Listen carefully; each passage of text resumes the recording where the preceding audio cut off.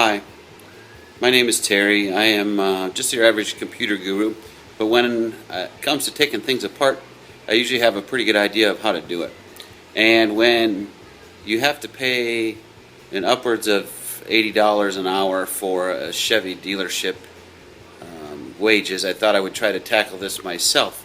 What I'm going to do tonight is replace my antenna post from the outside to the inside of the cab and document the process because I couldn't really find a good video for that.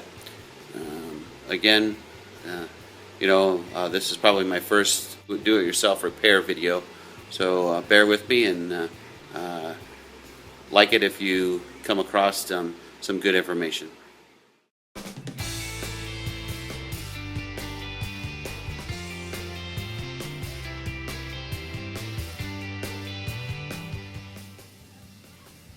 Alright, I'm in my 2003 Chevy Silverado, and the problem I have, if you look real close, there is the vice grips that holds my, pretty much my makeshift antenna. It happens to be a clothes hanger straightened out on because I loaned my truck to someone and they had a little bit of an accident with a football.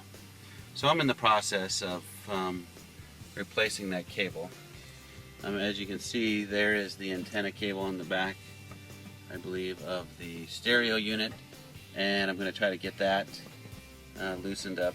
I'm going to take, which seems to be these bolts for the dash out. There's a bunch of them here, like right there. There's 7mm bolts, and I already pulled the first faceplate right here off. That just snaps right off. You just pull on it, it comes off. So I'm going to take all these bolts out and then hopefully get this dash out of here. I'll get you back when I get those bolts out. Alright, so as I'm taking off this screw, I'm looking over here and I see airbag. So I decided that since I'm messing with that, I will disconnect the negative side of the battery cable. That is an 8mm wrench socket size.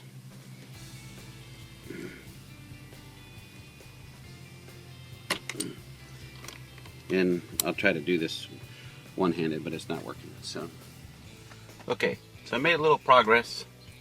As you can see, the radio's still out. That thing snaps off. There's 1,000 videos on how to get that off, that faceplate off. Then what happens is that you have to actually just pry this vent out. There's no connection to this guy. It just it sits in there and you just pry it right out. And then the second hardest part is to get this oh shit handle is what I call it out of there, right? Well, there's a little bit of a tab underneath of there, a little white tab that holds it in. You can kind of see it right there. A little bit of bad lighting, there we go. And you push on that on the screwdriver, then just pull on this handle, pull out one side. If you don't have an assistant, do the other side, and then take this A-frame post off. Then I just gave this dash a tug, and now you can see the whole dash is loose. So we're going to continue on and take this dash out. Alright, I got the dash off. I had to take this the light sensor out of the dash. All I did is just twist it and it came right back out. So that's it. Now I'm going to trace down the cable, the antenna cable, and then I think this is it here, I'm not positive. And then I'll have to take this piece off on the outside. There's 3 bolts there that hold that in, and then find out where it goes through the firewall. Got the new piece already, so hopefully this is not as hard as getting this damn dash out. Alright. I'm back at it. And the problem I have is that little guy goes down back underneath there and into the firewall. And I can't seem to get this little grommet out of the firewall. Let me check and see if I got the new part here. I don't know what I did with the new part, but there's a little grommet that goes, oh, it's right here. Here we go. So that grommet goes into the firewall. This piece is just like this. You can see that goes into the firewall. Well, I'm having a little bit of difficulty getting that out. So my plan is, well, once I get that out, I'll tie a string onto this end, or the end here that's sticking here, and then pull that through, and then when I tie onto the new one I can be able to pull it back through.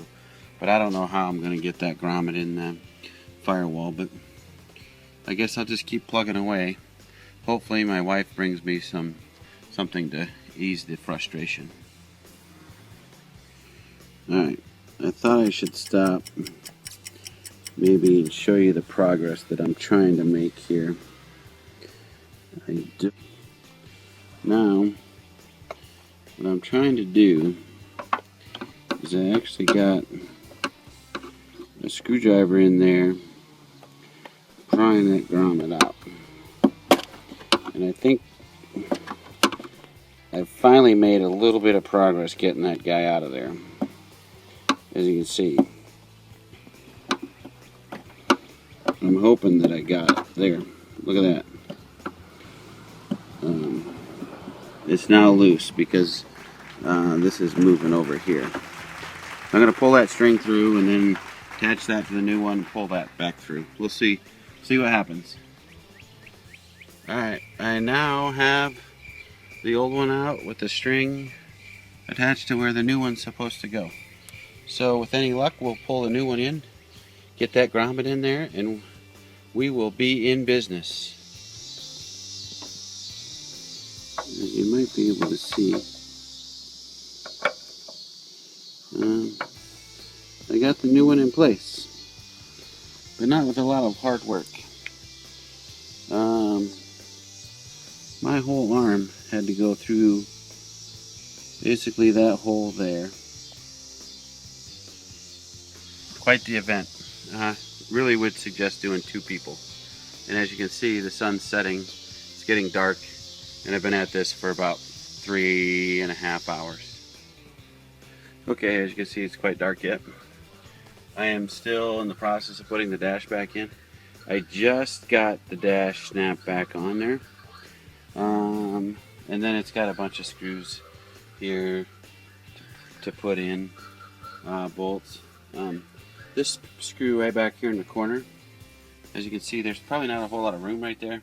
To get that guy in straight, this is the first screw I ever found that you need the little short stubby Phillips screwdriver for. I'll kind of keep documenting this.